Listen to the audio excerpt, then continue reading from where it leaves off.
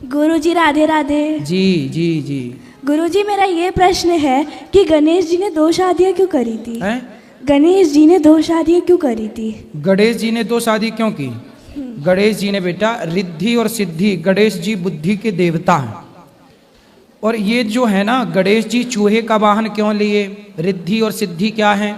देखो, जो बुद्धिमान होता है ना, उसके पास रिद्धि और सिद्धि आ ही जाती है। और चूहे पर सवार हैं, मतलब गणेश जी बुद्धि के देवता हैं। बुद्धि तर्क पर, चूहा तर्क का प्रतीक है, तो तर्क पर सवार है। पत्नियां नहीं है वो आप पत्नी कह रहे हैं, ठीक है, समाज पत्नी ही कहता है। जैसे लोग कहते हैं ना, श्री कृष्ण की 16,108 पत्नियां क्यों हैं? तो 16,108 पत्नी नहीं है, वेद की ऋचाएं हैं 16,000, 108 उपनिषद हैं। तो भगवान की 16,000 ये वेद की ऋचाएं ही पत्नियां हैं। अर्थात वेद के मंत्रों ने भगवान को स्वीकार कर लिया अपने पति के रूप में। पति मतलब जैसे हमने स्वीकार किया है, ये हमारे राष्ट्रपति, वर्तमान में राष्ट्रपति कौन है वर्तमान में? हैं? द्रौपदी मैया।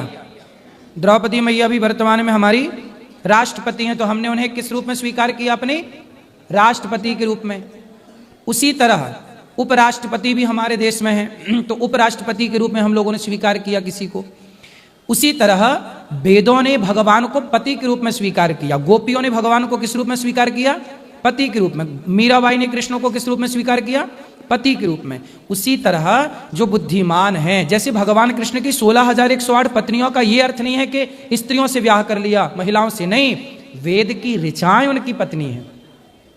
ऐसे गणेश जी की जो 2 पत्नियां हैं वो कोई सामान्य स्त्रियां नहीं है, वह रिद्धि और सिद्धि, मतलब जो बुद्धिमान होगा उसी के पास सुख शांति समृद्धि वैभव होगा। ये